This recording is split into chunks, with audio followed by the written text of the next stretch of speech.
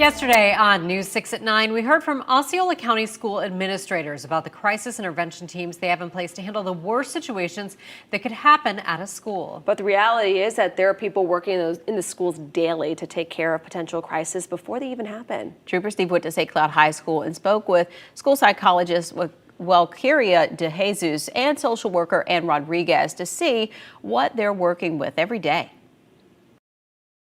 On a ground level here at the school, if there's not an emergency, what are we doing?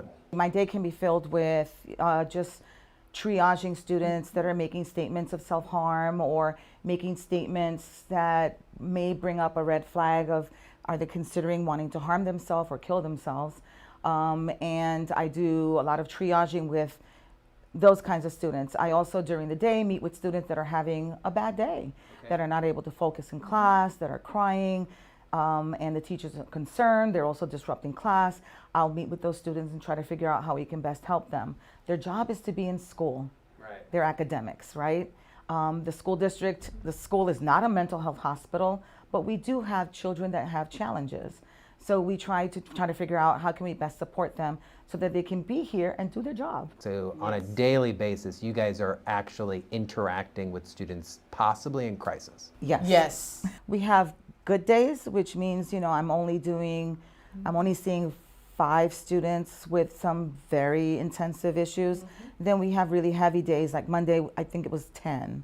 Yeah. And we ended the day with a hospitalization. Give me the lowest thing possible that would be a crisis for a student, but for a trained professional, you're realizing, okay, the student's gonna be fine, just needs a little bit of direction and they're gonna be okay tomorrow. What is that type of interaction with you guys? At the high school level, it could be my boyfriend broke up with me. Okay. And I don't have my cell phone because I've been misbehaving at home and I can't even text him.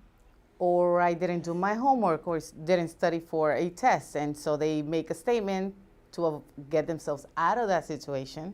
Okay. And then when they come to us, we probe and we ask more detailed questions and we figure out, okay, you're trying to run away from your assignment. Like you're trying to take a pass, pretty much. Right. And you're like, look, this is, you're almost understanding them, but saying, this is how you're gonna be able to keep pushing forward. Yeah. Ideally, we would like them to put those strategies into practice right away.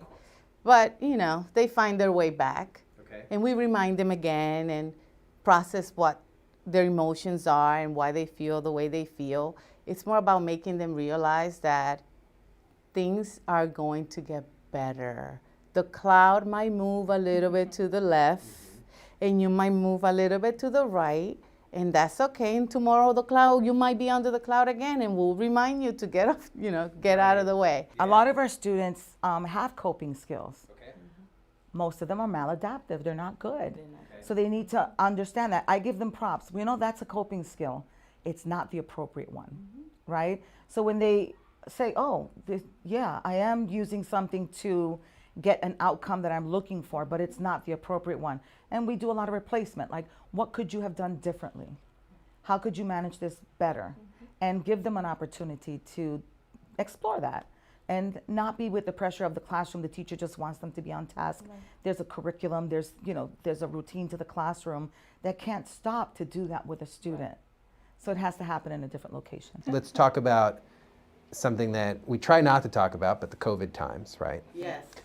Pre-COVID, post-COVID. Different world for you guys when it came to your interaction with students. What's the biggest puzzle piece that is missing after COVID that you would say when you see your students now, this piece is missing somewhere? What happened? Well, the truth is that COVID did magnified what really was happening at home, in a lot of these homes. Okay. And so what happened, once you remove the safety, school for a lot of these kids represented safety, secure shelter, and food. And so now they go back home where the trauma is waiting for them, and they cannot leave that environment.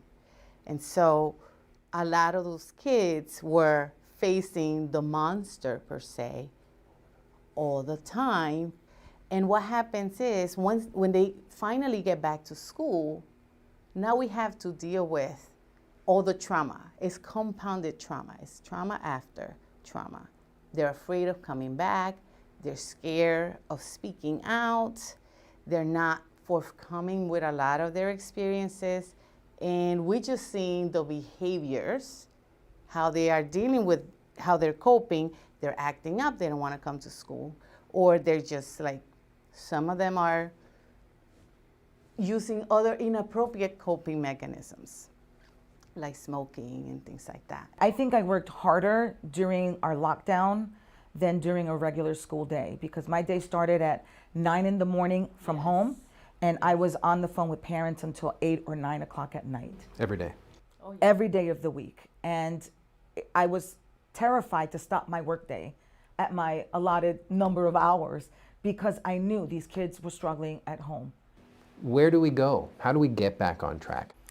I think, first of all, students need to know that they're not the only ones, that everyone struggled through this, and that it's okay to not be okay and to talk about it. So I think the first thing is, if you're feeling like you need to talk to somebody, find someone to talk to. Find one of us. There's one of us in every school. Absolutely. There's a social worker, there are counselors, there's school psychologists at your school. Come find one of them, one of us. I could only imagine some are defensive almost immediately, some get freaked out. Talk to me a little bit about that and the kind of how important the parent plays in kind of helping you guys out. The dynamics, family dynamics plays a role in definitely assessing a lot of the services that they need. And we find ourselves doing a lot of that education aspect of it, right? Because when we're looking at, like speaking from my own family, we deal with our issues at home, and you might have that also with a lot of the families that we deal with. Mom is gonna take this kid to the grandparents' house, and they'll get better then. Right. Well, grandma might not have the secret ingredient to fix your child. You might need something else. And so it's educating that aspect and removing the stigma related to mental health. That is the biggest, the biggest thing I will hope our parents that are culturally different and speak a different language than us will understand. Because opening that door might be the door their the kids need to get the help. You've got to probably find yourself though in spots that sometimes it's I'll call it what it is, it's talking to a wall. Right. Nothing. Yes, and sometimes it's about embarrassment. Okay. I'm embarrassed that an adult is telling me about my child and I had no clue. So they defend themselves by sort of being very abrupt. How about when we're calling another person that works for the district and we're working with their child? Yes. A teacher. That could be very difficult. That's difficult too. Right. And so we try to get their defenses down, because now there's another level of embarrassment. Oh my God, I should have known. Or they're judging Or themselves. a parent that is a nurse, for example. I know. Yeah, so we can have those very difficult conversations. And sometimes I feel it's like an embarrassment to come forward just to talk about it, because you think this could ruin my entrance to college. And that's a common theme. Right, this could ruin my sports scholarship because I met with the counselor, I met with the social worker, I got help. Is that something a student should be concerned about? The student should be concerned about staying alive. That's right. That's what they should be concerned about. I tell students who talk about, I won't be able to, get a scholarship for football. Well, you won't have a scholarship. If you complete If you complete suicide. You won't have a scholarship, or you'll lose a scholarship if they see that you are harming yourself in the locker room. And if they see that you're doing this or that, So we do a lot of, very honest conversations. Yeah. Yes. And I do that as well with parents. Sometimes they need to hear it. They Right. need to hear it. I've told parents, I'd rather have a child that is alive and in treatment than a dead child. Yeah. How, throughout your careers, how close have we gotten, do we think, to losing students? And how many students do you think you guys have saved? Oof. Wow. We've never been asked that question. I know. I get. I'm having a I'm moment. having a moment. It's gotten very close. I think that every student that needs mental health services and is able to connect because I made a linkage is a child that's been saved. Yes, I agree. Have I had a student lose their life on my watch? No. Have we gotten close calls? Yes.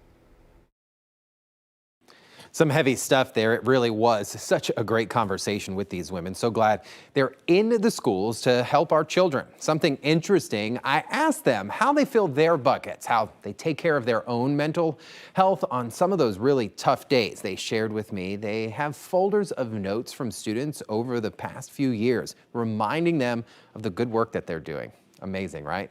Anne even shared a story about a student who'd come to the district from Puerto Rico. She helped him gain the confidence to pass the FCAT and then graduate. Get this, she still keeps in touch with him to this day, 10 years later, and now that young boy is a man and he is a nurse. Just really speaks to some of the amazing people we really do have in our school systems.